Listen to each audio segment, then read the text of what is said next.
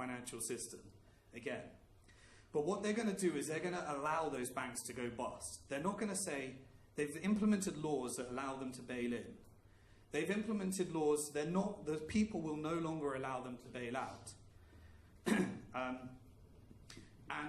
Instead of a bailout, what they're going to do is they're going to say, right, JP Morgan, you're now allowed to go bust. Anyone that has an account with JP Morgan, come to the central bank and you'll have the equivalent balance of our fiat-backed cryptocurrency. You'll have it in your wallet. Now banks can go bust. This is central banks waging war on retail banks. Remember that digital currency that they gave the retail banks to create and they backed it all by debt? Well, now the central banks are probably going to get into issuing currency direct. They could replace one money supply with another money supply. And that money supply is what they're all creating right now. They're all preparing for that.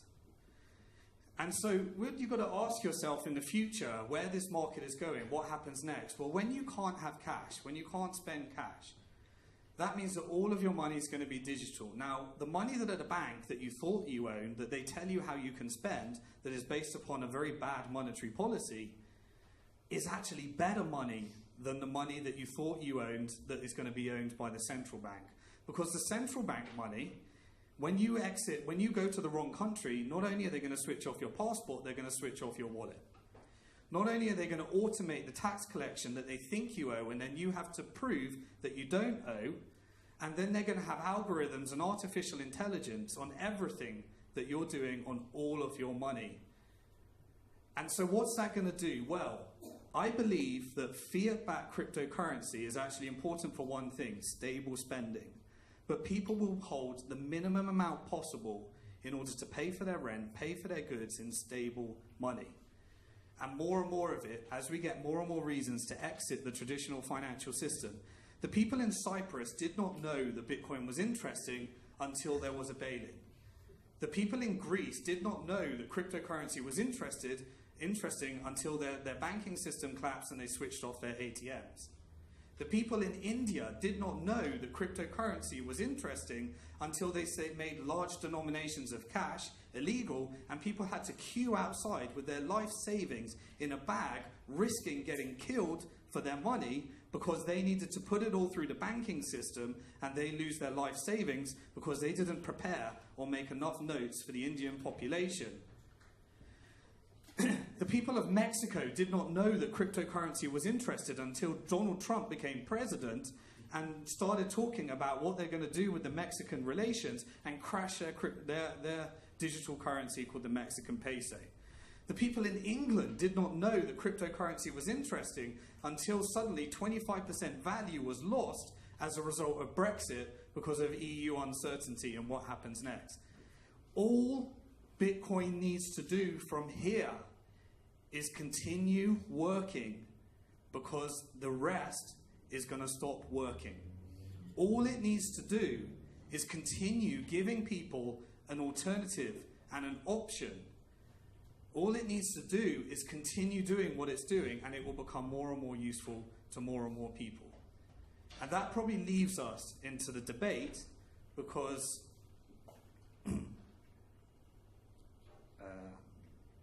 okay, I'll leave that there, that's okay. Do you know why this isn't working? Can you get to the next slide?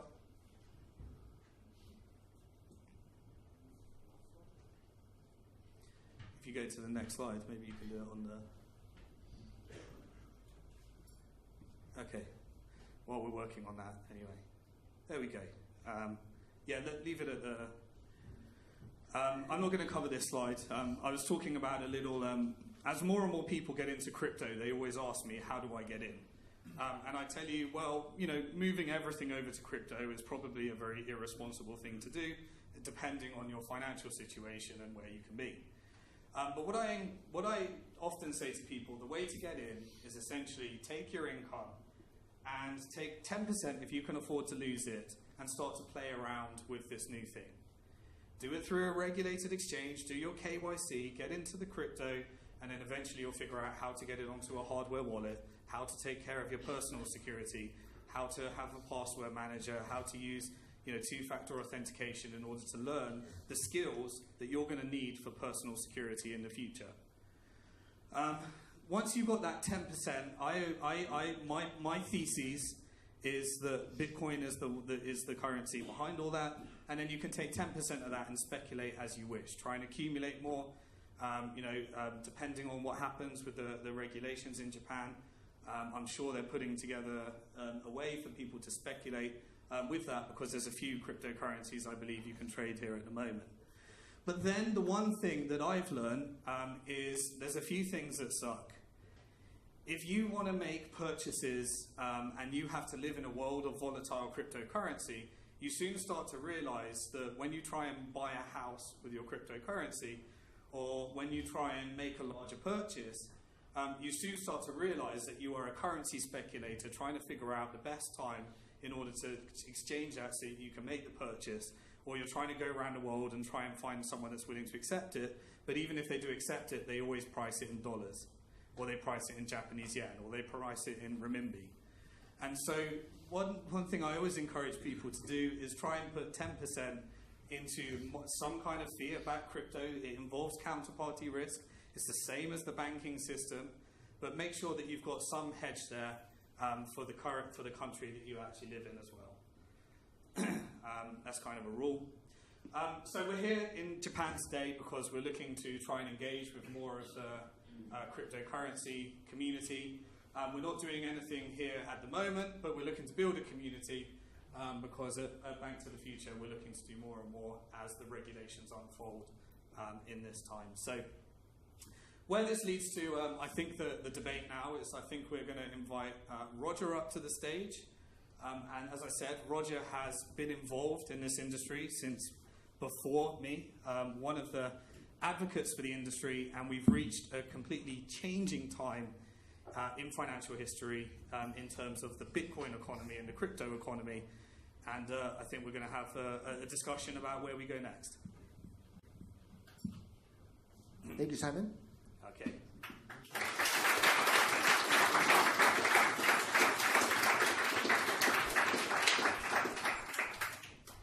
So is someone actually moderating this, or are we doing this on our own? So Simon and I have been friends Yeah. for a long time, and I think we can handle it with the two of us. Okay, Just let's fine. do Does it. that work for you? All right. You want to state your position and then take Okay. as much time as you need, and we'll go from there if that works. Yeah. Well, maybe you start with, what happened to Bitcoin, where you think we're going next. Sure, I'll gladly start. So for those that don't know, my name is Roger Veer. I'm the CEO of BitCoin.com, and as Simon mentioned, I was the first person in the entire world to start investing in Bitcoin-related startups. And at that time, there wasn't really a word cryptocurrency. It was only Bitcoin.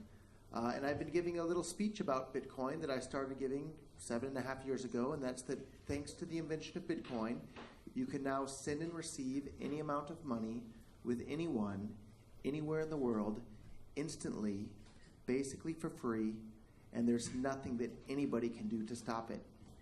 And that speech was very true about Bitcoin in 2011, 2012, 2013, 14, 15, and then somewhere in between 2016 or 17, it stopped being true about Bitcoin.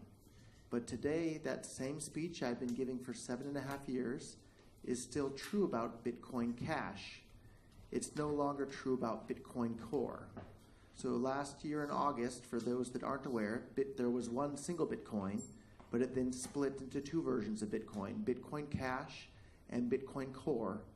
And the developers behind the Bitcoin Core project today openly say that they want Bitcoin Core transactions to be slow, expensive, and unreliable, while the Bitcoin Cash developers want it to be fast, cheap, and reliable. The Bitcoin Core developers openly mock people who want to use Bitcoin Core as money. They don't think it should be used as a currency, whereas the Bitcoin Cash developers and the Bitcoin Cash community want Bitcoin to be usable as cash. And I actually have a really good demonstration, I think, here. Can I see, are there 3 people in the audience that don't have some Bitcoin Cash yet and would be interested in having some? And I see 1, 2, 3. So if you don't mind, maybe if I can invite you down to the stage here. And I brought in my pocket here what's called a paper wallet. And I'm hiding the secret key here. This is the public key. On this wallet, don't be shy. 1, 2, 3.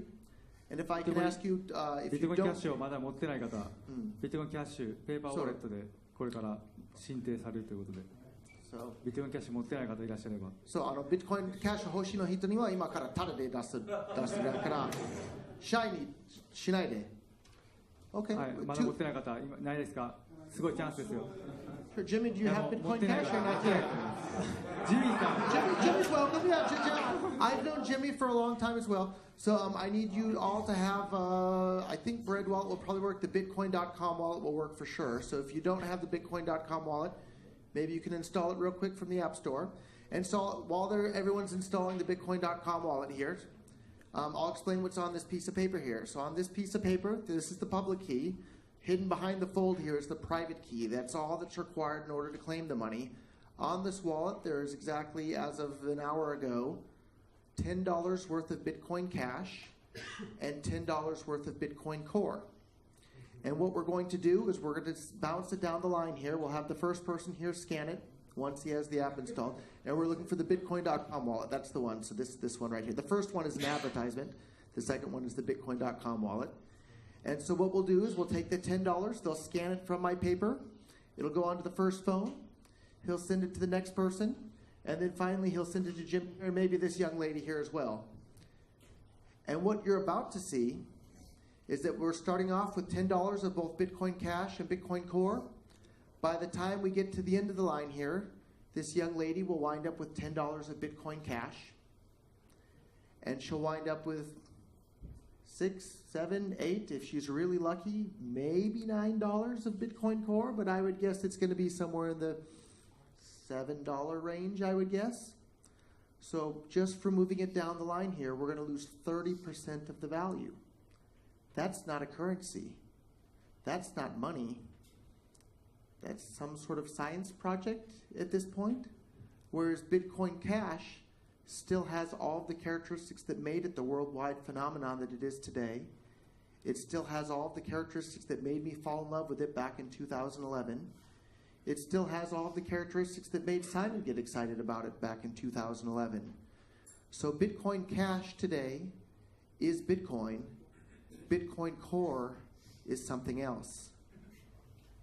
And so here he is, he's ready. Here's the private key, so go ahead and scan that. And I'll be the narrator here as we go.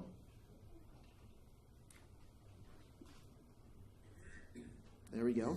So you're going to hit Sweep Paper Wallet, and it's going to scan, and you can tell us how much money you see on both the Bitcoin Cash and Bitcoin Core address here. So we're starting with how much Bitcoin Cash? 0.10997. There's US dollar value. $9.91. So and then how much Bitcoin Core? 10 point. Yep. Okay. So we're actually starting out with less Bitcoin Cash because things are fluctuating a little bit. So we have $9.91 of Bitcoin Cash and $10.02 of Bitcoin Core. So go ahead and hit Sweep. And so it's sweeping the wallet.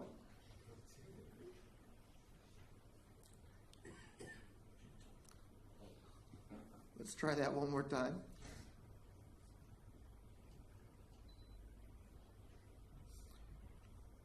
Let's try the other button there. So, yeah. It said air querying the blockchain, so that's not the best demo, but here we go. There we go. So funds transferred of Bitcoin Core, and then hit OK here. And then you're going to actually have to scan it one more time, I think.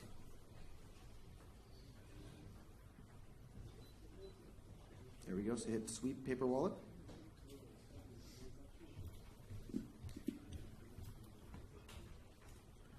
And so go ahead and hit Sweep.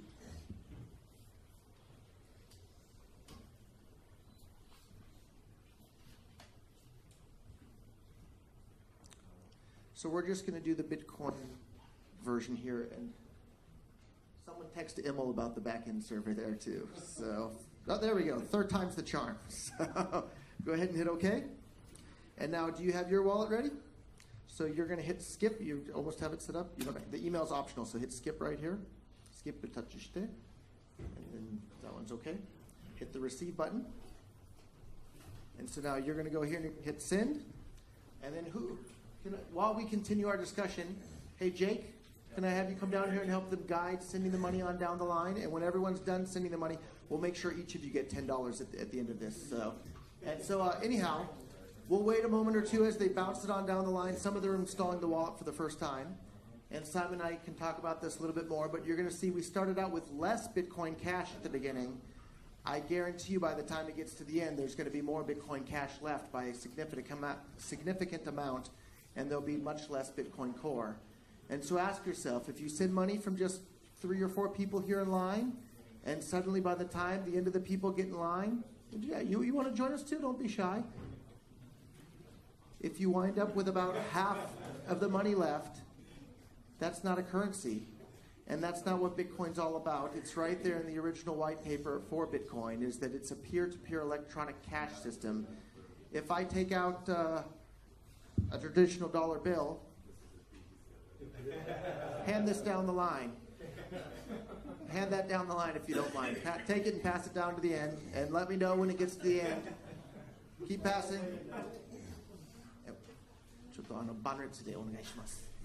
Okay. All of it still made it to the end. That's how Bitcoin Cash works today. Bitcoin Core no longer does. And I see you're sweating a little bit there, Simon, but I'll turn it over to you now. Okay. So for those, I don't know the level of sophistication of everyone in the audience. I'm assuming it's a pretty sophisticated audience, but maybe some of you are new to this industry. Essentially, over the years, Roger was talking about the blocks were essentially you batch every transaction. I don't want to go into the geeky stuff, but you batch all the transactions that happen every 10 minutes. You put them into a block, and then if those blocks are full, it gets delayed for the next block, or there's this thing called a fee market, and you have to try and pay more in order to get it included in this block so that you can get a faster transaction. Do you think that that's a good thing? Well, it comes down to this 3-year debate that has been happening about how to actually scale Bitcoin. So if we could, sometimes it's quite hard to actually remember the history because so much happens. But the original thing was that I believe that this fee market was introduced as a way of trying to reduce spam transactions because there was unlimited demand for people trying to put more and more data and more things in these blocks. And then originally that was the purpose. Would you agree? That was the purpose of the fee market?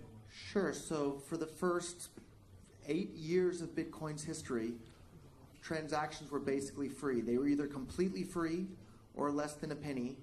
And then in maybe the last 2 years or so, a small group of people using censorship and propaganda and literally deleting anybody's post from these discussion forums online that didn't agree with them. They would literally delete the post.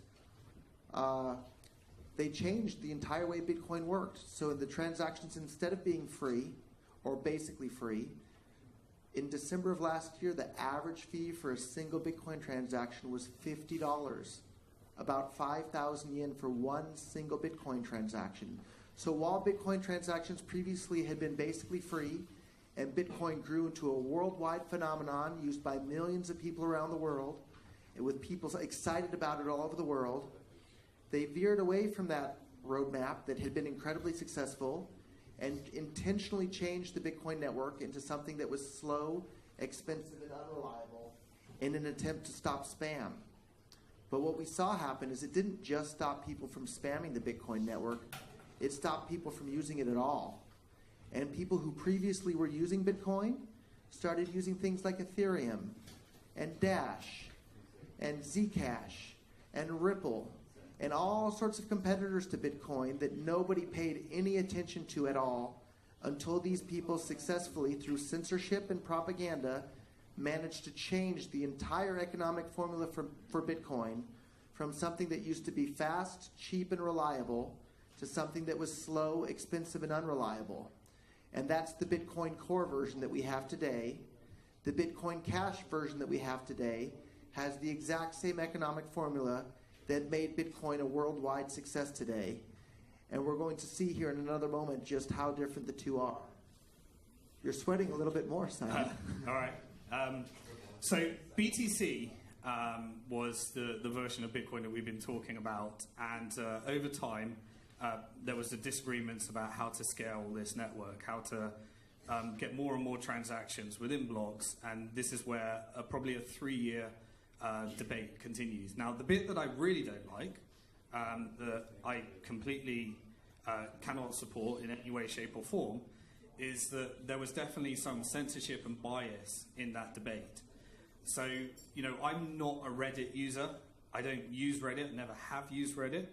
But on Reddit, there was lots and lots of, you know, anyone that disagreed with the path of how to get, you know, what I guess the core opinion at that time was getting their posts censored. And, you know, you gave a live example of that last time I saw you, where they put something on the Reddit post, and because it was talking about Bitcoin Cash, it got automatically deleted. So this is something that I think is that should certainly be condemned, and I'll publicly say that. Thank you for that, Simon. A lot of the core supporters actually won't condemn will not condemn the censorship. So I really want to thank you, Simon, for standing up for what's right there. And I guess I'll point out the censorship has been so bad that you literally cannot post a direct quote of Satoshi Nakamoto, the person who created Bitcoin. If you simply post his own words without any commentary whatsoever, they will delete your post to this very day. Okay. So, you know, I'm not sure you seem to combine those as one issue, but, you know, I certainly the debate has been swayed through this censorship. I'm not sure who's doing that. I mean, what is it, Thymos or someone that does that? I'm not a Reddit user, so, you know, I'm not sure if that's 100% connected to the scaling debate. It's not just Reddit. It's also BitcoinTalk.org, and it's also Bitcoin.org. So these are 3 of the most important websites in the entire cryptocurrency ecosystem. And if Bitcoin is supposed to be censorship-resistant money for the world, we shouldn't trust a bunch of people engaging in censorship to maintain Bitcoin as censorship-resistant money. And that's where Bitcoin Core's position is at this point, is a bunch of people that like censorship and are engaging in censorship are maintaining Bitcoin as censorship-resistant money. That doesn't make any sense. But, I mean, whatsoever. How do we know who's actually doing the censorship, though? Is it Core, or so is it Greg people Maxwell, that support Core? Greg Maxwell, the CTO of Blockstream, one of the faces of Core, I think we would agree, openly says that he supports the censorship. When I asked Adam Back to condemn the censorship, the best I could get out of him was something along the lines of, I kind of wish they wouldn't do that. But no, we should be standing up and shouting and saying, Bitcoin is about censorship-resistant money, and we should all be allowed to discuss this censorship-resistant money without censorship. And unfortunately, the people on the Bitcoin Core side, by and large, are not saying those things. They're either ignoring the censorship or turning a blind eye to it, or in the case of people like Greg Maxwell, they're openly supporting it. Okay, well, I think we agree on the censorship issue. It shouldn't happen. It's definitely changed the course of Bitcoin, and the argument should have been an open debate, should have continued without censorship, and I think we agree on that issue. And I guess I'd like to add one additional part to it. The vast, vast majority of Bitcoin users agreed with the roadmap of Bitcoin Cash. But thanks to the censorship of Bitcoin Core and the toxic environment that they created, all of these Bitcoin users left Bitcoin. They went to Ethereum, they went to Dash, they went to Zcash, and a bunch of them now have come to Bitcoin Cash, and lots of them are coming back. But that's been one of the biggest problems caused by the censorship of the Bitcoin Core community, is the brain drain upon Bitcoin. Ethereum and Vitalik Buterin would have built the entire project on top of Bitcoin had it not been from these toxic core developers engaging in censorship and personal attacks against anybody who didn't agree with them. But is it the core developers? Yes, it is. The core developers are censoring those posts, or they're just not openly condemning it? It's core developers and people that support the core roadmap, very clearly. Okay. So if we can try and separate that between just an argument about where Bitcoin goes from here with Bitcoin and Bitcoin Cash. So I think it comes down to a debate about what people see as the most important user case for Bitcoin. Roger's, I have an update, if I may, on the progression here. The fees are so high on Bitcoin Core that this person is having a trouble even sending the remaining amount to this young lady's wallet. He has to keep making the amount lower and lower. And he's having to make the amount lower and lower. And he's using a wallet other than Bitcoin.com wallet, which doesn't have a nice button to say.